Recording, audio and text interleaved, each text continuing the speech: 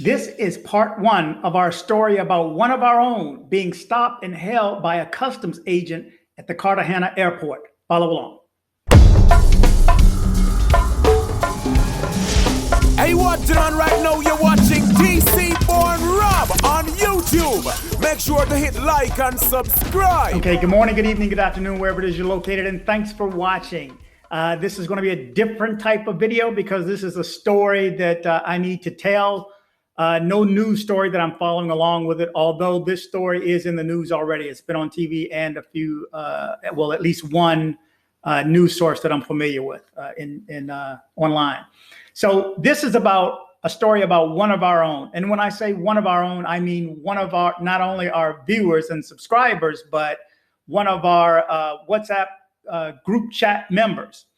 And we are a community at this point. We're over 200 strong now. We were 200 as of that day last Friday when this initially happened, or yesterday or Thursday. So what happened was I was in the process of implementing the new platform, bringing members from from the WhatsApp chat group to the other.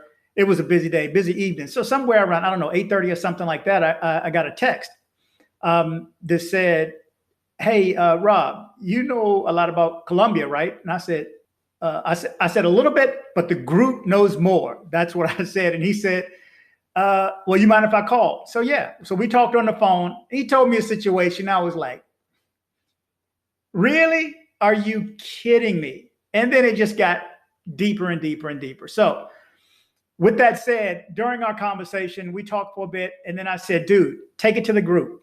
Take it to the group. I am a fan of brainstorming, and we have so many minds, intelligent minds and knowledgeable minds that know about Colombia and know about travel to give us some assistance. So what I did was send him there first, and I picked the phone up again, and I called Luis, who is our moderator, because I know he knows a lot about Medellin, the United States and Colombia. So I reached out to him and talked to him for a bit.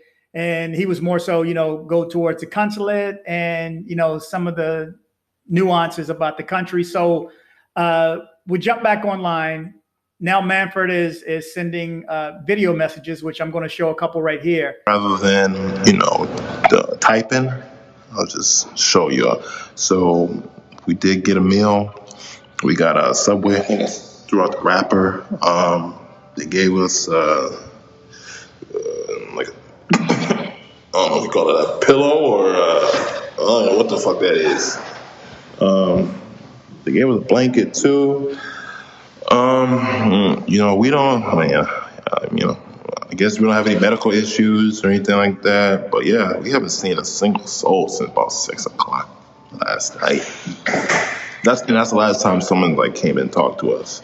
So yeah, the whole situation is just I don't know. I guess it's good to document everything. Right here. To us as a group, and it's 9 o'clock at night. He had been held, I think, at 6 o'clock. No, 3 p.m., I think he said, up until 9 p.m. and hadn't seen anybody since 6 p.m. So we're talking to him. We're getting all the logistics. People are popping up within minutes. Here's the number to the consulate. Do we need to call? Do all of us need to call? Because we have a core group, anywhere from 20 to 40 people who are always, in the conversation, and then new people jump in and asking questions and so on and getting the help.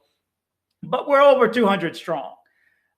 So he gets more information. We're trying to find out. I mean, this is going on now. It's 11 o'clock. Now it's 12 o'clock, midnight. Now it's 1 a.m., 2 a.m. I'm like, hang on. Around 9 o'clock, I'm like, my girl's coming over shortly. She's an immigration attorney, but she's an immigration attorney here in the United States.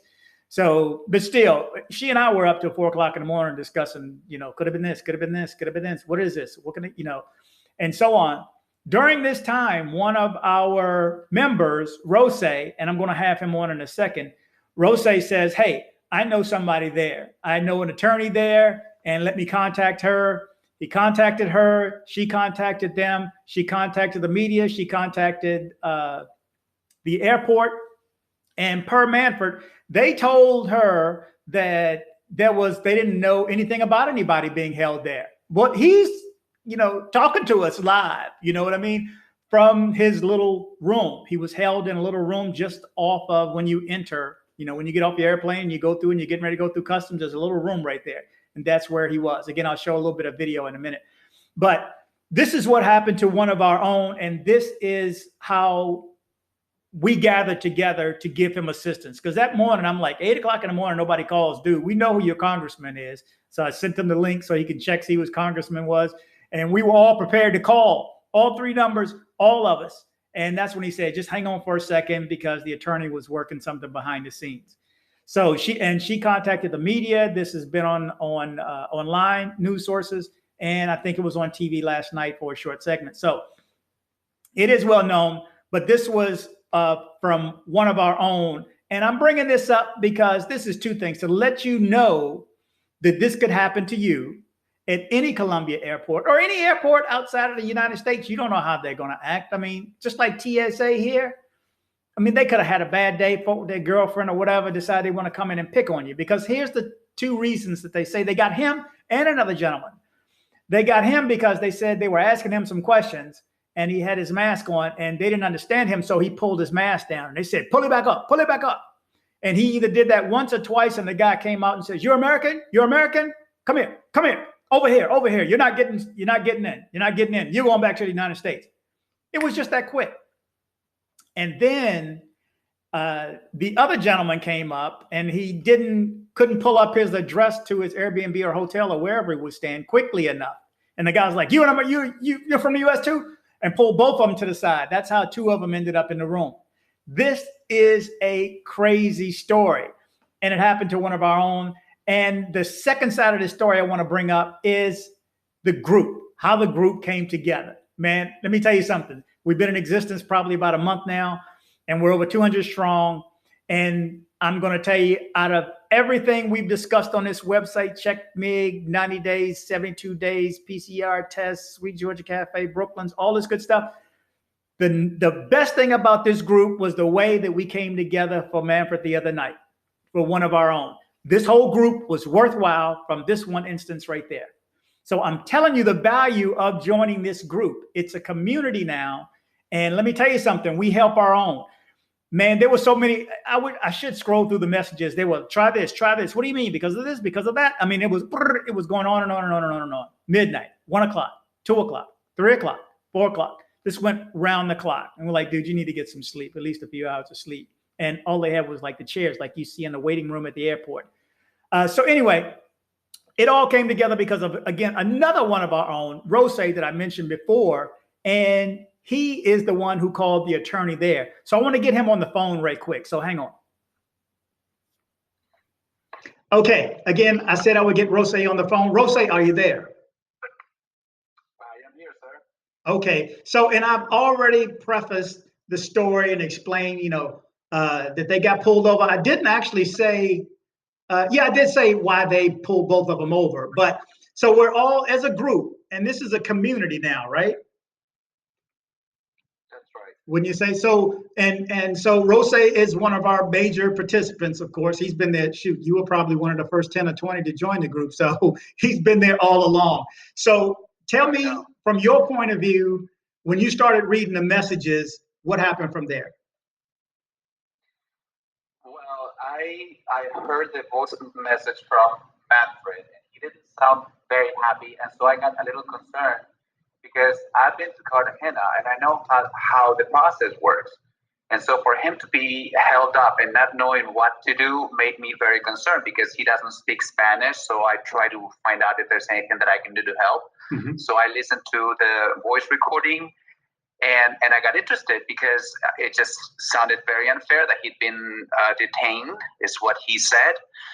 And I wanted to know more about it. And if there was anything that he did wrong, I wanted to know. So I wanted to get the story straight. So I couldn't understand initially what was happening. Was he in a layover from another location? Because if he was in a layover from another location, then there would be grounds to detain him.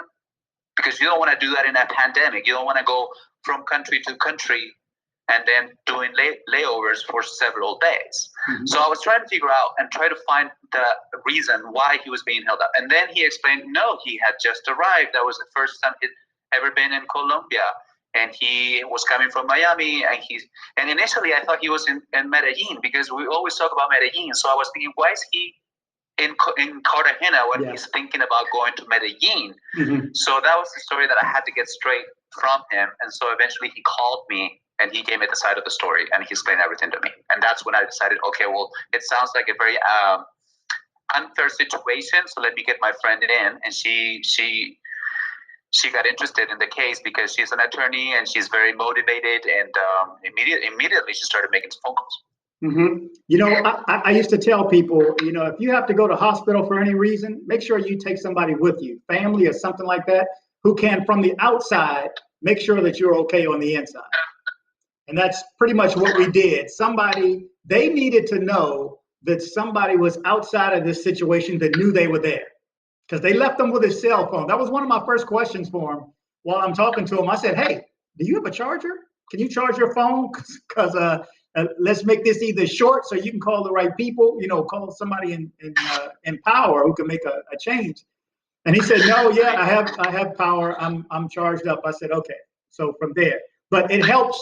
So your attorney let those in charge know at the airport that outside people knew what was going on. I don't know if they knew there was 200 people that knew, but well, let me tell you, Angelica Maria, that's the name of the attorney, Angelica Maria Villamizar Marquez. She's a friend of mine. She's in Bucaramanga.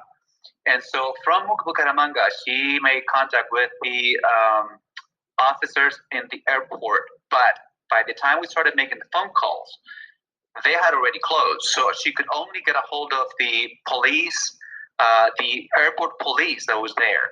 And she wanted to make very clear that she was only able to speak to one person. His name was Jorge Carrasquilla. And he was telling her the whole time that there were no offices open and there was nobody being detained in those offices. So basically she was being told that there was nobody there, nobody had been locked up, and that she was wrong.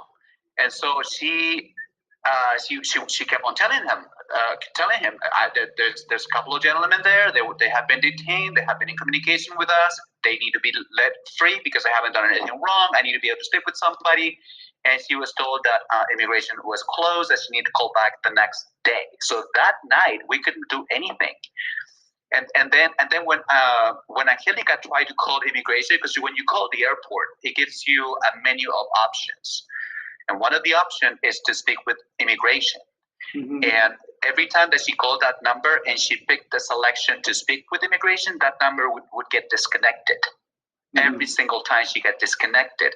So she found a different number to call and finally got through somebody. And after being given the runaround, she spoke to several people. She ended up speaking with someone who told her, you know what, you have called the wrong number. We cannot help you here.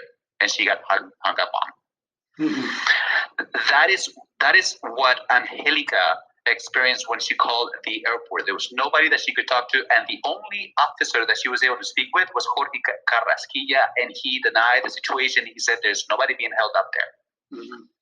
So really, from a legal standpoint, this is wrong, because there's no way we can get a hold of somebody if we need to give them immediate help. And I tell you, my experience as a traveler, I speak the language, and sometimes I get a little bit nervous when things like these happen. I cannot imagine how Manfred was feeling during that situation, being put in a place where he cannot even communicate to explain his situation, knowing that this was a situation that he did not start, because it was not something that he did. It was something that this other officer perceived as wrong, but he was not given an opportunity to explain.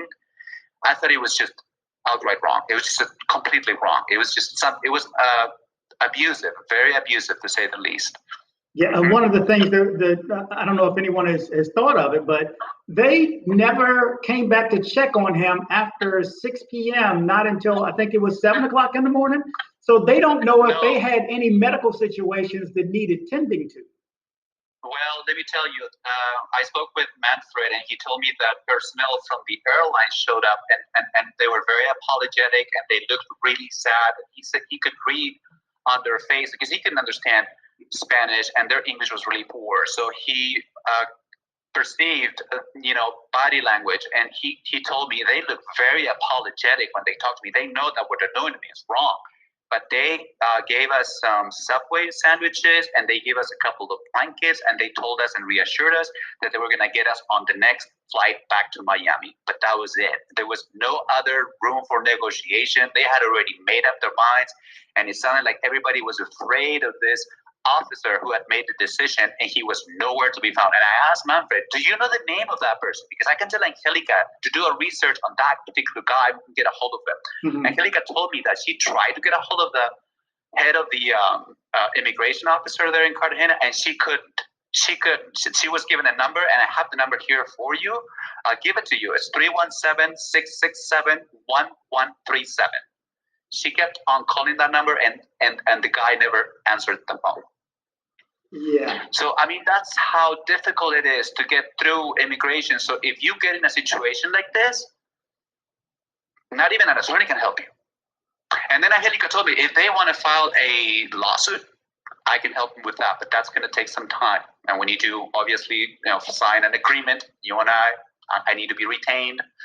But as of right now, there's nothing else I can do. She did call the mayor in Bucaramanga, because she knows him, to see if he could intercede, if he could get a hold of the mayor in Cartagena. But she never heard back. And everything happened so quickly. I mean, how much can you do in 12, 20 hours?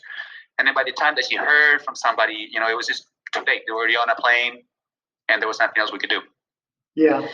And one thing I didn't mention is the other side of this story. They put them on an airplane back to Miami, and at the the Colombian government or the airport's expense, or the airline, we don't know, but he didn't have to pay for it. He nor the person that was with him, that was being held with them, had to pay to get back. But he made it back to Miami fine. And then he puts out another message earlier saying that he's going back. He says he's not going to let it stop him. Now, first I thought he was coming to Medellin. I don't know if he's still coming to Medellin. He's probably in the air now. I know, and I think it's crazy because one of the recordings that he posted on our thread of communication there in WhatsApp, he was sharing the conversation that he had with one of the folks who showed up in the morning to give him breakfast. And he was conversing with him, and he was asking me, so can I come back once I get to Miami? And he was told, no, you need to wait until 14 days, which is, what's required in the case of a pandemic. I mean, they were turning it into a pandemic situation now. So 14 days, as if he had been discovered with COVID, as if he had been tested positive. Obviously not, because he had taken the PCR test and he was negative, but they were asking him to stay at least 14 days before he could come back. So when I heard that, I thought, okay, well, this is all backwards. I mean, he's not even given straight information. First, he's told by the airline, the minute that you get to Miami, you can turn around and come back. Yeah. Now this person in the morning is telling him, no, you need to follow the regulations and wait 14 days because of the pandemic. Just as if you had been discovered positive for COVID. You need to wait 14 days before you come back. Otherwise, you will be denied entry again. So I told Manfred, don't chance it. I mean, I know that you're mad. I know this is very unfair to you. And if you want to make this a positive experience, just, get out in the news, tell your story, because this is really unfair. And if you wanted to follow suit with Angelica, she's there. She's right there for you. She'll do it for you. And I think we should get to the bottom of this, because if we let this slide like this and they just do whatever they want and don't get any repercussion from tourists, then it will happen again and again and again. Mm-hmm. And I think it's just very, very, very, I was very upset. At first I thought, okay, this is racism, because both of them were minorities. I want to take a look at the officer. I want to know what he looks like, because I truly believe that he was given the short end of the stick the whole time. I mean, I told Angelica, how can this be possible? And she said, well, what I'm being told is that they're not in a room from immigration. Immigration is gone. And I've been trying to get a hold of them, and they don't answer the phone. And I said, how can it be possible that they can be deprived from their rights to go to their hotel? Because they can be denied entry. That's one thing. but they need to be allowed to go to their hotels and spend the night comfortably there, and then be escorted back if they need to. If they have the resources to pay for a plane ticket, they have the resources to escort them to a hotel, to a nearby hotel. But to have them stay there in that hostile environment, to me, is a violation of human rights, and it needs to get out. And that's why Angelica spoke with the news, and all the reporters were interested. But I think, I don't know what happened. In the end, we tried to get a recording of the story. By the time that we got a recording, I think it was too late. So I don't know if they're going to follow up with the story or not. I think that if we wanted to make a lot of noise, we need to file lawsuit. But I wouldn't be the one initiating this. It would have to be Manfred wanting to do this. Well, and I don't know how. Yeah, my discussions with him early that morning was, it's up to you. You tell us how much noise you want to make, because trust me, I know how to make trouble. I know how to make trouble with government officials. Right. And we have enough people to make phone calls that drive them crazy. So, at first I was like, let me go live and see who else is in Cartagena, because if somebody else, one of our members was in Cartagena, which I'm sure there are, if they would have heard that, they could have showed up at the airport. And when somebody shows up and say, we know you have 2 people there, we know you're holding people, jig is up. It was too bad that Angelica was not physically in Cartagena, and that she didn't know another attorney who was physically in Cartagena, because if somebody has shown up right there and there when things were happening, I'm sure we could have gotten something done before they were locked up to spend the night there. Exactly. But it happened. Everything just happened so quickly, and getting somebody to move last minute is very hard too. And Angelica, I mean, without being retained, she wasn't going to make that, expenditure just to go there and check things out. But I mean, if we start developing a good network and we get other attorneys on board, we eventually can have knowledge of attorneys in everywhere we go in Colombia. And if something like this happens, I mean, I'm going to ask Angelica, what would she recommend if this happens again? How can we overcome it, but quickly? We don't have to get involved legally, because nobody wants to get into a messy legal lawsuit. But if we intervene quickly, maybe they can be released quickly. You know what? You just brought up an idea. I mean, we're over 200 strong right now. What's to say we don't have retain our own attorney as a group? I agree. So let's look into that too, because in every city, of course, is going to be different. Like I had my girlfriend here who's an immigration attorney, but she's in the U.S., which means nothing there. They need somebody there, like in at least Medellin, because that's where 90% of everyone's going. Just like Andres. I mean, Andres is picking up a lot of customers from us. We can have an attorney in Medellin and in every city that we travel to, and they can help us with legal issues like this. So if anybody ever gets stuck in an airport, they're being given a hard time by the immigration officers, we have an attorney right there working with them, and all they need to do is just one phone call and they'll be released. But it needs to happen quickly, because by the time we started working with Angelica, it was already too late. Yeah, no one was answering the phone. They were closed. Even if you showed up, they would have said no one was here. So so I want to take a moment too. I'm going to wrap it up here, but I wanted to say, as far as Manfred and the person with him, thank you for going out of your way to call a contact there and help to get this rectified. I just personally want to say thank you for that, and I'm sure Manfred is much appreciative as well. You're welcome, Rob, anytime. And I'll pass on your gratitude to Angelica, because I know she worked really hard as well. Yes, please. Okay, well, I will see you in the chat later. Let me wrap it up here. Absolutely. Thanks for joining me, man. Talk to you soon. Okay, all righty. Bye-bye. Bye. Okay, thanks again to Rose. Again, thanks so much for going out of your way to take charge and jump in and call a contact there and get things moving.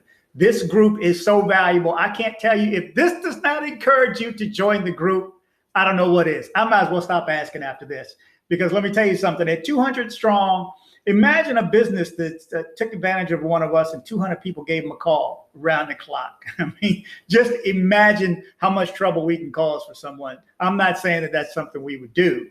I'm not saying that, but just imagine to have that type of support as a group. We have a core tight-knit group. First, like I said, anywhere from 20 to 40 to 50 who are always back and forth, and then new people jump in and ask questions and get help. But there are a total of over 200 of us right now, and that's on that chat room. I'm migrating over already. There's probably another 20, 30 already on the new platform.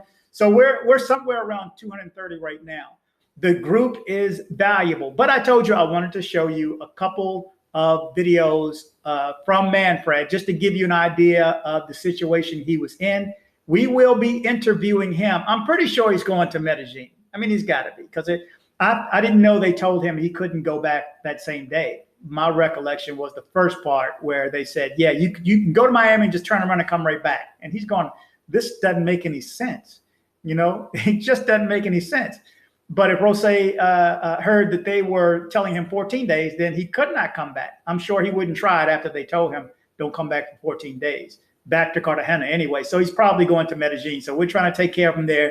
Trust me, we're going to take care of our own. He's got cold ones at Brooklyn's and Sweet Georgia Cafe when he gets there. And if we can get in touch, if he's called Andres, I'll make sure I'm taking care of his ride from the airport to his Airbnb or hotel. So anyway, let's take a short view at a couple of videos of Manfred. So yeah,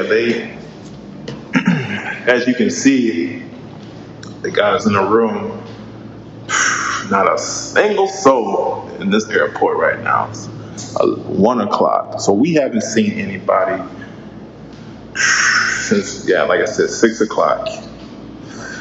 Shit crazy, man. Shit really crazy. What's up? What's up, world? What's up? Yeah, man, I made it out back in Miami. Shit, the whole thing was crazy. But you know what?